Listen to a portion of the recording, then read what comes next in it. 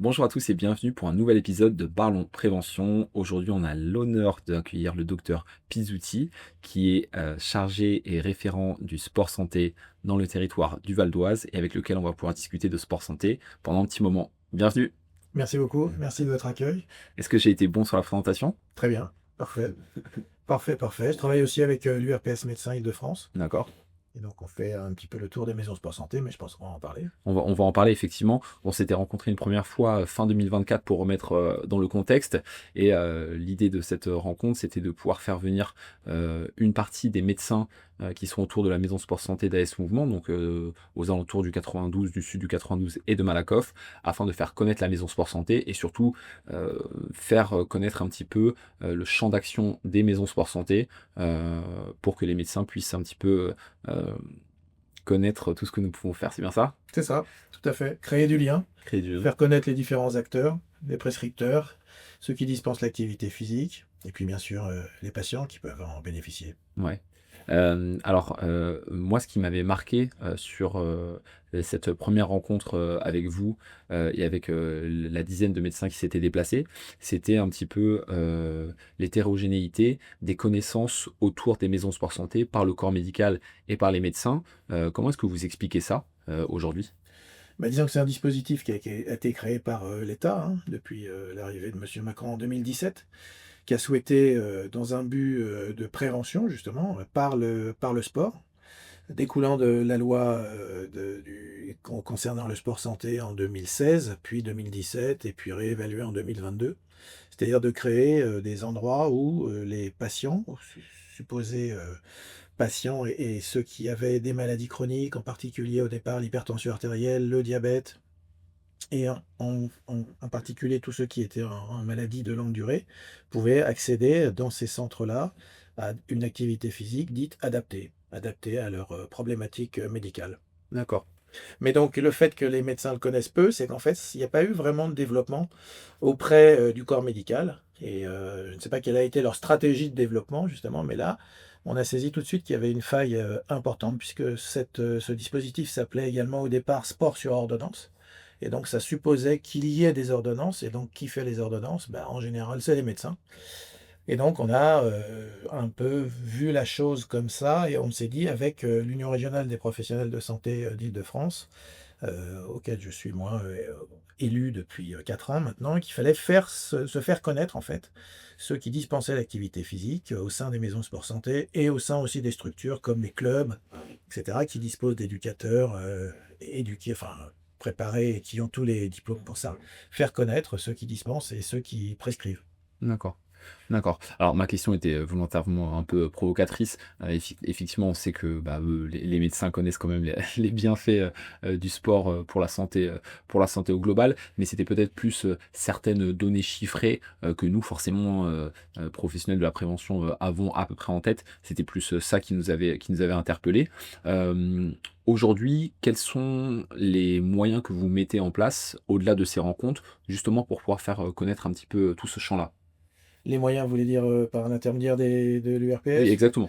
Ben, nous, justement, on a prévu de faire, enfin on fait depuis maintenant plus d'un an, un genre de tour des maisons sport santé d'Île-de-France, puisqu'il y en a à peu près 90. C'est ça. Et donc on s'est répartis avec deux médecins, c'est-à-dire Marc Rosenblatt et moi-même, la région Île-de-France. Donc on parcourt toute l'Île-de-France en se répartissant à deux ces départements. Et il y a du travail. Ouais. Et on se rend compte qu'il y a une assez... D'ailleurs, c'est très très intéressant de voir ça, puisqu'on se rend compte qu'il y a une grande diversité au sein des maisons sport santé, puisque les moyens ne sont pas tous les mêmes.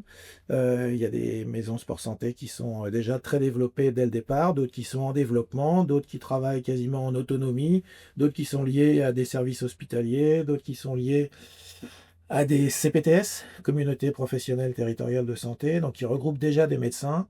Et donc on peut voir qu'il y a une certaine hétérogénéité dans le maillage un petit peu de l'Île-de-France concernant cette activité dédiée au sport santé. D'accord et du coup, comment est-ce que, vous sentez, l'accueil des médecins, heu, lorsque vous leur parlez un petit peu de ce déploiement qui existe, via les maisons sport santé?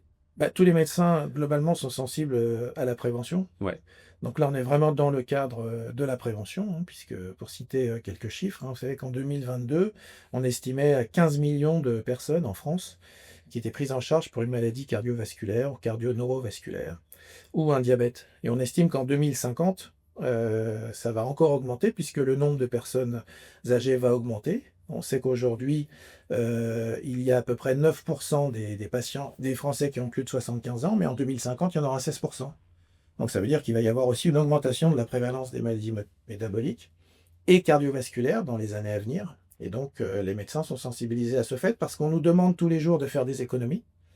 C'est tout à fait légitime quand on a un système, social qui est, en difficulté, du fait, des ressources, puisqu'il est basé sur, le travail, et cetera. Et là, on est en difficulté, donc il est grand temps de trouver un moyen de pouvoir faire des économies de santé et le sport santé, en matière d'économie et de prévention, c'est un des vecteurs principaux. alors ça, je pense que enfin, nous aujourd'hui on le répète suffisamment, on en a parfaitement conscience. La prévention, bah, effectivement, sur, un aspect pécunier, ça fait des économies, mais, heu, les économies, elles sont plutôt sur du long terme. Forcément, pour pouvoir faire de la prévention, ça passe par des investissements qui sont massifs et qui sont, du coup, sur le court terme. Comment est-ce que les autorités de santé, les financeurs, heu, deal avec, cette dichotomie, et cette dichotomie temporelle? C'est justement le problème puisque les politiques, hein, qui prennent les décisions connaissent très peu le long terme. Bah, Ouais. c'est d'actualité puisque vous voyez bien que là, avec, les dissolutions, les mouvements, politiques divers et variés, très peu, sont ceux qui restent, longtemps. C'est d'ailleurs ce qui manque, puisque nous, on milite, enfin à d'autres niveaux que celui-ci, mais pour, des politiques, de santé qui soient établies, sur plusieurs années. Alors que là, on a des plans, qui sont évalués, enfin proposés sur, une année. C'est quand même très, très peu, hein, comparé par exemple, aux problèmes, militaires où là, on a des plans sur 5 ans avec un investissement conséquent et cetera. Bon, bien sûr, l'enjeu n'est pas le même, hein, mais on aimerait pouvoir justement, avoir des plans de financement, pluriannuels. Donc, il semble que l'idée fasse son chemin là, de plus en plus. C'est très, très important de pouvoir investir, sur le long terme parce qu'effectivement, le bénéfice attendu, il n'est pas immédiat. Et donc ça, je crois que bon, les politiques commencent à se faire à ça. Mais malheureusement, vous voyez que dans les décisions, là, un exemple tout à fait récent, dans le plan de financement de la sécurité sociale, on avait diminué, juste avant les dernières discussions, le budget du ministère des Sports de 30. Ouais, on a vu ça, ouais. Ça Donc fait grand là, bruit. voilà, ça a fait beaucoup de bruit, ça a fait bouger beaucoup de monde. Tout ça, en post, Jeux olympiques où on avait signé à droite, à gauche des accords entre le ministère des Sports, le ministère, la Caisse nationale d'assurance maladie, à grands coups de communication et cetera. Donc vous voyez, il y a 2 poids 2 mesures. Il y a le discours avec des objectifs de santé publique qui sont définis, on connaît très, très bien le problème et puis après il y a, l'aspect économique de la chose, les budgets et là, on a l'impression quand même que ça traîne un petit peu. OK. Bah, du coup, j'ai l'impression que le discours, il est un petit peu pessimiste, dans le sens où, justement, cette disparité, entre le court terme, et les enjeux, politiques et économiques, versus, ceux, un petit peu plus long terme, ils frictionnent tellement qu'il n'y a pas spécifiquement d'issue. Nous et enfin vous, en tant que professionnels, de la santé, nous aussi en tant que professionnels de la prévention, comment est-ce qu'on peut faire pour agir, pour essayer de faire bouger les lignes un petit peu? Parce qu'on se rend peut-être pas compte, mais les chiffres que nous avez dit tout à l'heure, 9 aujourd'hui en France en 2025, des Français qui ont plus de 75 ans, versus, 16 dans quelques années, c'est énorme parce que là, on parle, évidemment en points et en pourcentage, mais en volume, ça va être encore plus important parce que la population augmente. Comment est-ce qu'on peut se projeter, justement par rapport à tout ça?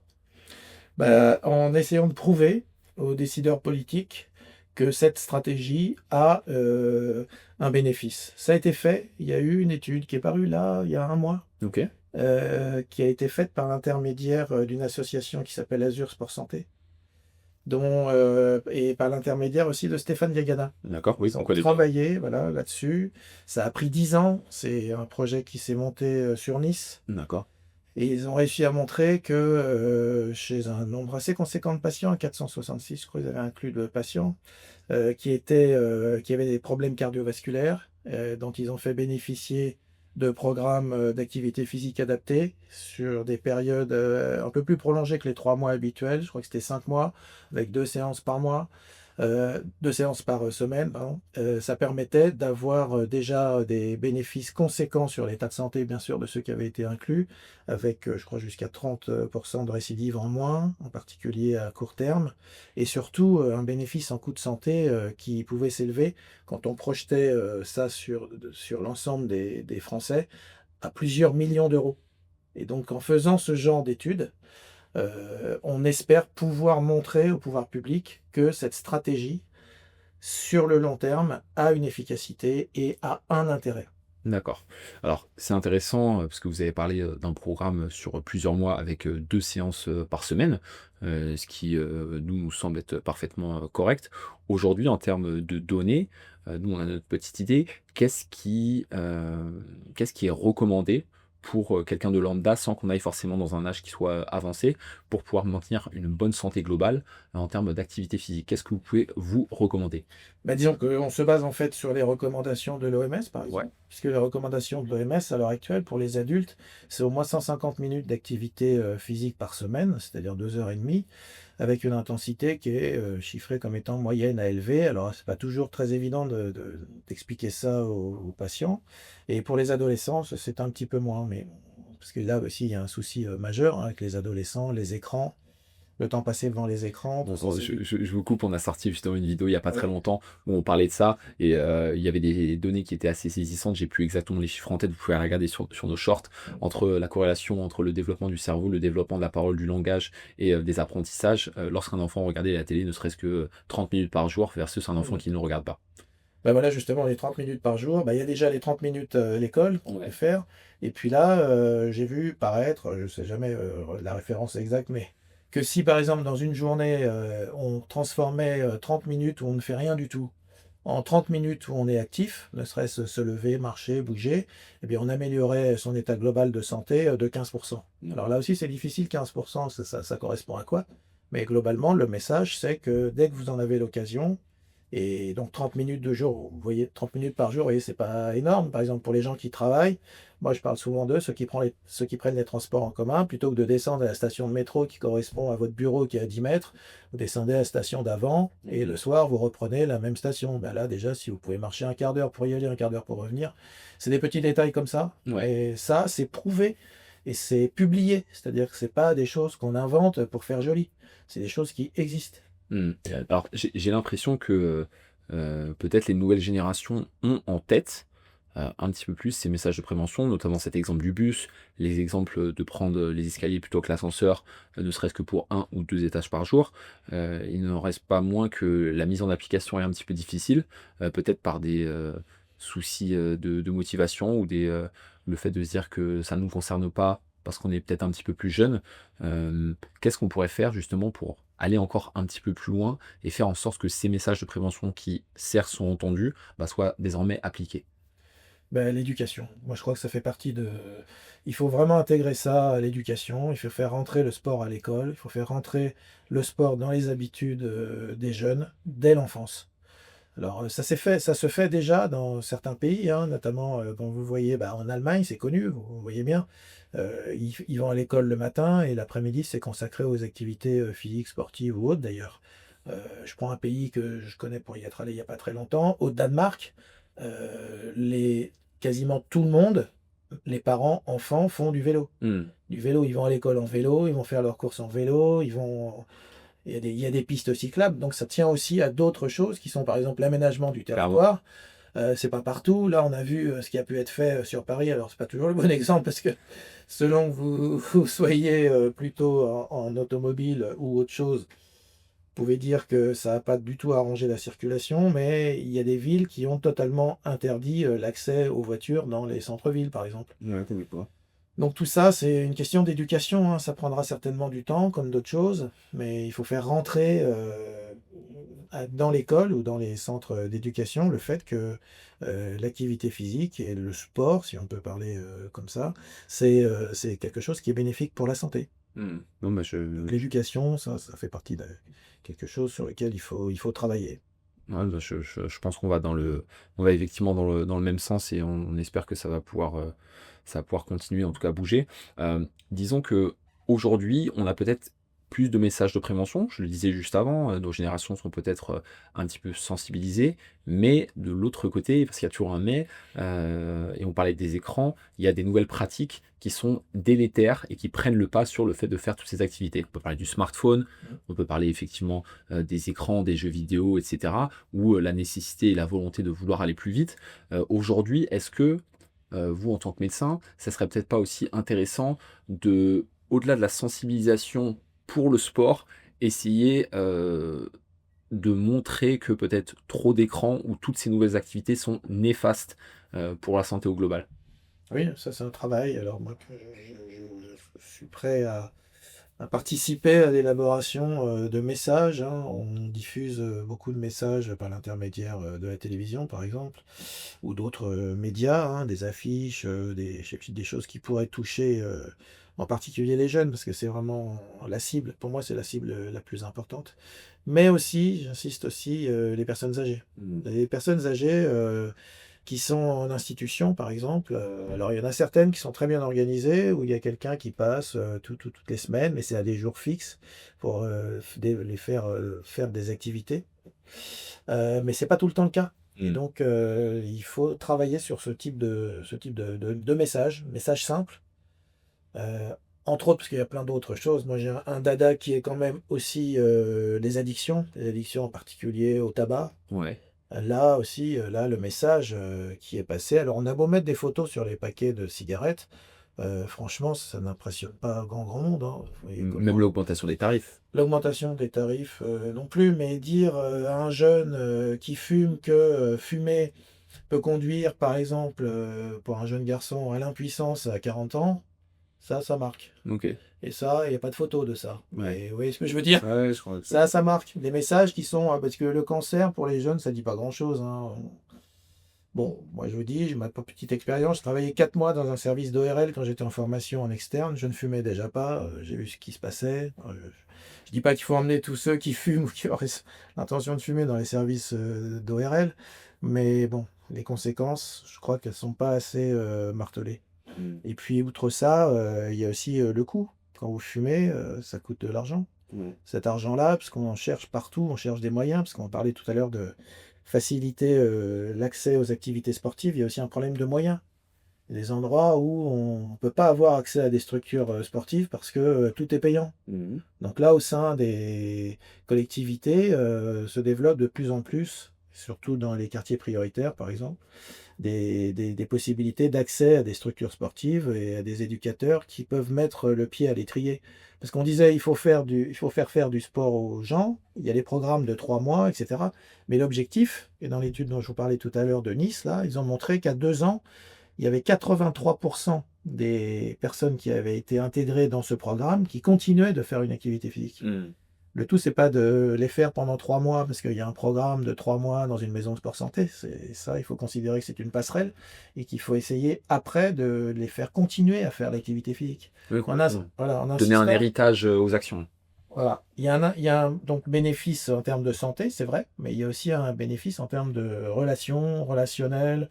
Vous découvrez d'autres personnes, vous pouvez faire, si vous faites des sports d'équipe, développer un certain nombre d'autres, valeurs. Ça, c'est sur ça qu'il faut jouer, je crois, pour, essayer d'améliorer encore, l'adhésion, à tout ça. Ouais, je comprends parfaitement, mais du coup, moi, ce que je vois et alors dites-moi ce que vous en pensez, c'est que, effectivement, pour pouvoir mettre le pied à l'étrier, aux bénéficiaires ou aux patients, selon l'appellation, il faut que ça soit des programmes qui soient financés, du coup, et qui soient relativement longs. Parce que je pense qu'un héritage, et une poursuite des actions, de manière personnelle ou de manière collective, ça va se faire lorsque il y a des habitudes qui sont ancrées et donc avec le temps et donc sur des financements qui sont un petit peu plus longs. Est-ce qu'on n'a pas là une limite, en termes financières, sur cette projection-là? Si, tout à fait. Moi, j'en discute avec, des gens qui sont pas du tout de la partie et qui disent: «Mais pourquoi on financerait, de l'activité physique, adaptée?» parce qu'en fait, on n'a pas à financer quelqu'un qui va aller faire du tennis ou Complètement. du foot et cetera. On n'a déjà pas les moyens, souvent de prendre en charge, un certain nombre de maladies ou de pathologies, Et effectivement, là, c'est la limite. Mmh. Vous avez vu, on a discuté au début des budgets qui étaient alloués, Ouais. sport santé. Là, c'est vraiment la limite, hein. Nous, on est dans une situation, délicate, on va dire, hein, pas paraître trop pessimiste, mais là, à moins d'être sourd et aveugle, on comprend bien que, sortir des budgets pour, favoriser, ça, même si en termes, de prévention et d'économie à long terme, les bénéfices sont prouvés, c'est très difficile. Et c'est Mmh. là où il y a une opposition, on va dire, avec, les décideurs, hein, parce que, bah, tout le monde a une bonne volonté au départ, mais quand on en arrive dans le dur et décider de mettre, en place, des projets et qu'on vous dit, bah, là, pour mettre en place, ce projet-là, il faudrait tant, là, souvent, il y a un blocage. Mmh. Alors, il y a quand même beaucoup de mutuelles, il faut le savoir, pour les gens qui nous écoutent, des mutuelles qui prennent en charge Une partie de une l'activité. partie, des activités physiques, mais c'est pas tout le temps. Il y a aussi des communes qui prennent en charge, il y a aussi des comment dire? Des départements, les régions, et cetera. Donc, il faut se renseigner à ce sujet-là, parce que des fois les gens, ne le savent pas, mais ils peuvent être aidés à ce sujet-là. Mais bon, globalement, c'est vrai que s'ils pouvaient, trouver le moyen de faire une activité physique, régulière en étant autonome sur le plan financement, là, bien sûr, ce serait la meilleure solution, mais c'est pas facile pour tout le monde. Ouais. C'est pas, disons, quand il y a une famille qui a des moyens, limités, ils vont pas aller d'emblée mettre, les moyens qu'ils ont sur, l'activité sportive, quoi. Mmh. C'est ça qui est un peu Ouais. dommage. Je comprends parfaitement. Pour revenir sur ce que vous disiez, tout à l'heure par rapport à l'éducation, que ça soit sur, toutes les générations, de patients que vous pouvez voir.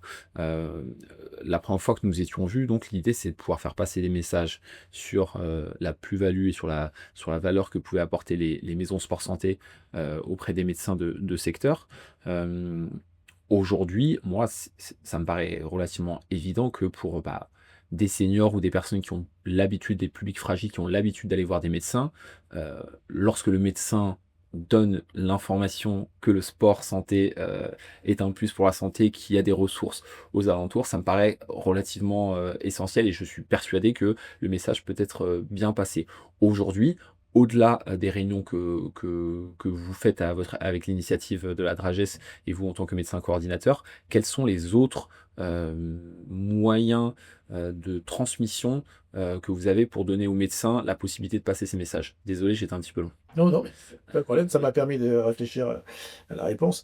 Bah, i c'est comme, dans beaucoup de choses, hein. Il y a des médecins qui sont totalement réfractaires à ça et qui, par un souci de temps, Ouais. on va dire, enfin ne ne donneront jamais suite à tout ce qu'on peut leur dire. Mais par contre, on voit, moi, par exemple, j'ai fait une présentation au Conseil de l'Ordre du 95. Je s'attendais pas à avoir, beaucoup de monde et puis finalement, on s'est rendu compte qu'il y avait énormément de médecins qui étaient intéressés, par ça, mais ça remonte au tout début, c'était il y a 5 ou 6 ans déjà. Et le message, enfin, ce dont on s'est rendu compte, c'est qu'en fait, il y avait plusieurs freins, à la prescription d'activité physique adaptée. Et la première, c'était souvent la responsabilité médicale. Parce que si on fait une prescription, s'il y a un problème lors de l'activité, qui va être responsable? Donc je pense que d'un point de vue plus général, ce qu'il faut essayer de lever, ce sont ces freins. Et donc c'est dans la communication avec, les collègues, les confrères et consoeurs, qu'il faut essayer d'agir. Et en ce qui concerne la population, c'est vrai que les personnes de plus de 70 ans, on va dire, bon, pour fixer sont pas celles qui ont bénéficié, du fait de leur, génération, d'un accès facile au sport. Il y avait d'autres soucis à régler, ce n'est pas Mmh. le truc essentiel. Mais quand on leur explique les bénéfices attendus, là, effectivement, moi, je sais que j'ai plein de messages dans ma salle d'attente collés au mur. Il y a même plus assez de murs tellement il y a des choses à coller. Bah, ils prennent, les QR codes, pour ceux qui ont l'habitude de ça. Ils prennent des photos, parce qu'il y a des petits questionnaires en 6 questions de savoir s'ils font des activités physiques minimum, et cetera. Ça, faut le diffuser partout. Donc tous les vecteurs sont bons. Je sais qu'en mairie, dans ma mairie, je travaille beaucoup, enfin j'ai essayé de travailler avec le maire pour diffuser sur les panneaux, Ouais. municipaux un petit, questionnaire, très, très simple, et ça attire l'œil parce qu'ils disent: «Tiens, c'est pas habituel sur un panneau municipal. Mmh. Qu'est-ce qu'il me veut lui avec ces questions?» Et là, ils se rendent compte qu'ils sont largement en dessous de ce qu'on demande à la moyenne, et ça interroge, et donc ils se rapprochent de la mairie en disant: «Bah, j'ai répondu, mais moi je suis pas bon là, Mmh. vous nous proposez quoi?» Et il y a un programme. Donc c'est des petites initiatives, comme ça qui doivent permettre de mieux faire connaître ces activités et les bénéfices qu'on peut en escompter. Ouais, Je sais pas si j'ai bien répondu non, à non, la question. c'était parfaitement ça. Et Ouais. après, du coup, c'est vrai que ça paraît relativement confidentiel et c'est pour ça que c'est très bien ce que vous faites, d'essayer de faire passer un maximum de messages au plus grand nombre et via tous les moyens de communication. Mais c'est vrai que nous, des fois, on est un petit peu désarçonnés lorsqu'on voit euh, des données qui sont relativement claires et qui nous laissent penser que on a les éléments pour pouvoir avoir plus de financement, pour pouvoir faire connaître un petit peu tout ça et les moyens qui sont mis en œuvre. Donc, il y a toujours un petit peu cette petite déception. J'aimerais qu'on puisse revenir peut-être sur, enfin continuer sur la partie maison sport santé. Nous aujourd'hui au sein de la maison sport santé AS Mouvement, hein, je nous fais volontairement de la pub, on fait des bilans de santé qui sont 100% gratuits. Mais pareil, on se heurte aussi à une population hein, lorsqu'on propose ces activités qui est des fois un peu réfractaire à l'idée de pouvoir faire du sport. Peut-être que le rapport à des données objectivées avec un bilan santé, ça peut faire peur. Peut-être que le mot gratuit fait peur parce qu'on a tellement peur de ce mot gratuit, on se dit que finalement on va payer quelque chose derrière. On se heurte un petit peu aux populations qui ont des doutes par rapport à ce qu'on peut faire. Est-ce que vous rencontrez aussi ces doutes auprès des gens par rapport au sport santé? Bah, déjà, le mot qui fait peur parfois, c'est sport. Ouais, Parce que ceux qui n'ont pas l'habitude de faire d'activité, on leur dit il faudrait faire du sport. Pour eux, sport, c'est compétition. Pour eux, performance. sport, voilà. Donc moi, j'essaye d'employer le moins possible le mot sport. Ouais, Je prends activité physique, mouvement, etc. Mais très peu sport. Et en termes de paiement, on va dire, donc le mot gratuit, oui, c'est vrai que souvent les gens pensent que si c'est alors déjà gratuit, pour moi, c'est pas du tout une bonne idée. mhm, Mais bon, ça c'est plus général, hein, parce que j'ai tendance à penser que ce qui est gratuit, ça n'a pas de valeur, et quand ça n'a pas de valeur, bah, les gens s'en foutent un peu, quoi. ouais. Donc une participation, même modeste, c'est toujours préférable à mon avis, hein. Mhm. Mais maintenant, bon, c'est vrai qu'il y a des situations où les gens ne peuvent pas, donc essayer de leur faire comprendre quand même que le tout gratuit, c'est pas obligatoirement la solution. Ouais, non, c'est sûr que de toute manière, bah oui, ça fait perdre la valeur. Le mot gratuit, on a tendance à moins s'engager et d'ailleurs dans plein de choses. Nous, c'est vrai que c'est un choix qu'on a fait par rapport dans le quartier dans lequel nous sommes, où les gens n'ont pas forcément les moyens. On essaie de se battre pour pouvoir toucher un plus grand nombre, mais c'est vrai que des fois, on se heurte un petit peu à ça, donc je le comprends. Et après, bah, nous, on est obligé de proposer en tant que bilan de santé gratuit parce que, enfin, de bilan de sport santé gratuit parce qu'on est une maison de sport santé Mhm. et que du coup on essaie de rester sur le champ lexical, mais on peut aussi comprendre les difficultés qu'il y a par rapport à ça. Aujourd'hui, au-delà de vos missions de diffusion des messages de prévention, est-ce que vous avez d'autres missions qui sont rattachées à votre poste? Non. Ouais. Enfin, la mission, c'est de développer l'activité physique adaptée Ouais. dans le département, enfin moi le 95, mais on a chacun un département et puis on se fait régulièrement des réunions régionales, hein. Ouais. Il y en a une au mois de mars, là, par exemple. On fait un petit peu le bilan de nos actions respectives. Chacun a plus ou moins des idées. On travaille un peu, c'est d'ailleurs le plus intéressant, c'est de comparer un petit peu des actions. Donc, il y a eu par exemple, hein, je prends l'exemple du 91, où il y a une médecin qui a développé un programme pour faciliter la prescription. Ça D'accord. s'appelle Sport Santé Click. Ok. Donc ça permet aux médecins, en quelques clics, hein, il y a une vidéo sur YouTube qui permet de faire une prescription d'activité physique adaptée en 3 minutes. Ok. Donc il y a toujours une courbe d'apprentissage, bien entendu, mais c'est des choses qui existent. Donc c'est ce genre d'initiative comme ça qu'on nous demande en fait. Donc bah, on essaye d'échanger et puis de partager un petit peu tout ça dans nos petits groupes de réflexion. Ouais. Alors, nous, on est limité à l'Île-de-France, bien sûr, mais bon, je sais qu'en province aussi, il y a pas mal de choses qui se font. Étant médecin, bien sûr, on a aussi la possibilité de travailler avec bah, des hôpitaux, ça aussi, avec maintenant, bah, on en parlait tout à l'heure, les CPTS. Et puis à l'URPS, on a développé, alors là c'est un peu particulier, mais aussi un réseau de prise en charge des médecins eux-mêmes. Des médecins eux-mêmes, parce qu'on s'est rendu compte, tout le monde le sait, que bah, les médecins, c'est comme les cordonniers, c'est souvent les plus mal chaussés, bah, les médecins ne se prennent pas obligatoirement en charge. Souvent, c'est eux-mêmes leurs médecins traitants, et ça, c'est pas une bonne solution, parce que, n'est jamais objectif. voilà, jamais très objectif. Donc, on essaie de développer aussi ça, parce que bah, le médecin se raréfiant, il faut peut-être aussi en prendre soin. Ouais. C'est un autre débat, la Oui, c'est rarification. ça. On sort du sujet, mais bon. Mmh. Mais donc voilà, c'est ce genre, d'initiative qu'on essaye de mettre en place. Et puis, bah, moi je trouve qu'il y a quand même des choses, très, très positives parce que toutes les semaines, il y a des choses qu'on voit arriver, des gens qui font des propositions, il y a aussi tous ceux qui, n'étant pas dans une maison sport santé, ont développé par exemple, des réseaux où les gens qui ne vont pas parce que un autre frein, c'est aller vers la Mmh. maison sport santé ou vers le club ou et donc il y a des startups qui se sont développées pour amener l'activité, chez les gens. Ouais. C'est-à-dire qu'ils développent, des structures avec, des petites vidéos, qui permettent, aux gens d'accéder depuis chez eux. Alors le problème, c'est que là, on revient vers l'écran, Ouais. mais en même temps, devant leur écran, ils bougent. Parce Ouais. qu'on leur montre des choses et ils bougent. L'objectif, c'est vraiment de toucher le plus de monde possible, hein, alors, c'est-à-dire quels que soient les moyens ou la façon.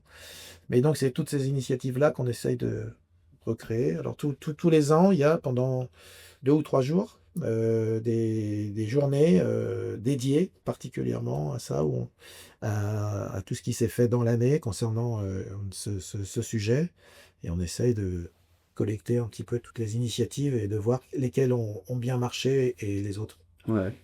Vous parliez tout à l'heure, des disparités entre les territoires, sur, certains financements, sur certaines, prises en charge, sur certaines actions.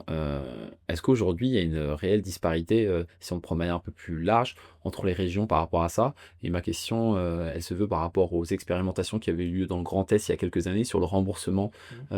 et la prise en charge de l'activité physique adaptée. Est-ce qu'il y a des grosses différences entre les différents territoires? Alors, entre les régions, mis à part l'exemple que vous citez, ça je peux pas trop répondre, mais par exemple au sein de l'Île-de-France, il y a des disparités puisque, par exemple, il faut savoir que les caisses d'assurance maladie disposent d'un petit, pactole, on va dire, d'argent qui peut être dédié à des sujets divers et variés et donc faut faire du lobbying en fait, hein. Mmh. C'est un peu aussi ce que j'ai fait, où il faut aller solliciter, les directeurs ou directrices de caisse pour leur dire: «Bah, voilà, nous sur le Val d'Oise ou sur la Seine-Saint-Denis ou sur le 78, le 92, on voudrait, promouvoir, un programme d'activité physique et est-ce que vous pouvez allouer une certaine somme?» Alors ça, c'est fait dans le 93, en post-cancer, par exemple, dans les programmes, il y a, 150 € je crois qui sont pris en charge. D'accord. Dans le 78, là, c'est pareil, en post-cancer aussi et puis dans 2 ou 3 autres indications, je crois. Sous condition de revenus, il y a des programmes qui sont pris en charge jusqu'à hauteur de 300 €. D'accord. Donc il y a des disparités, c'est vrai. Heu, Après, c'est vraiment, le contact, le lobbying, aller voir, ceux qui sont éventuellement, les décideurs et les potentiellement payeurs pour essayer, de les faire aller vers, des solutions, quoi. Ouais, ouais, je comprends, ouais. Voilà. Le problème, c'est que c'est pas toujours pérenne parce que là, par exemple, moi, je prends l'exemple du 93-95 parce que je connaissais bien le directeur du 95 qui est passé dans le 93. Bah, il a mis en place, des choses et puis, bah, ça suit pas dans le 95. Alors la directrice vient d'arriver, alors je veux pas stigmatiser personne, je l'ai déjà rencontrée une fois. Elle semble très, très volontaire à ce sujet. Est-ce que ça ira et aboutira? Je l'espère pour tout le monde, Ouais. mais il faut discuter. Bon, sachez qu'en tout cas, moi personnellement, j'essaie de rentrer en contact avec, ces directeurs et ces directrices, c'est assez compliqué pour être, Oui, parfaitement, pas transparent. facile, tout à Ouais. fait. Je vous comprends. Bon, en tout cas, on va continuer les efforts. Fleur Pizzuti, merci, beaucoup de vous être déplacé et de nous avoir partagé un petit peu votre expertise. Je pense que vraiment, le but de cet échange était d'y voir un petit peu plus clair sur les mesures qui sont en place et sur, la manière dont, les médecins, sont formés et les messages qu'ils peuvent donner au plus grand nombre. Mais, je pense que vous avez plutôt répondu, donc c'était super. Bah, merci à vous de m'avoir, convié et invité, c'était très, très sympa. Avec Merci. temps, on se retrouve bientôt. Merci. Merci, merci à vous.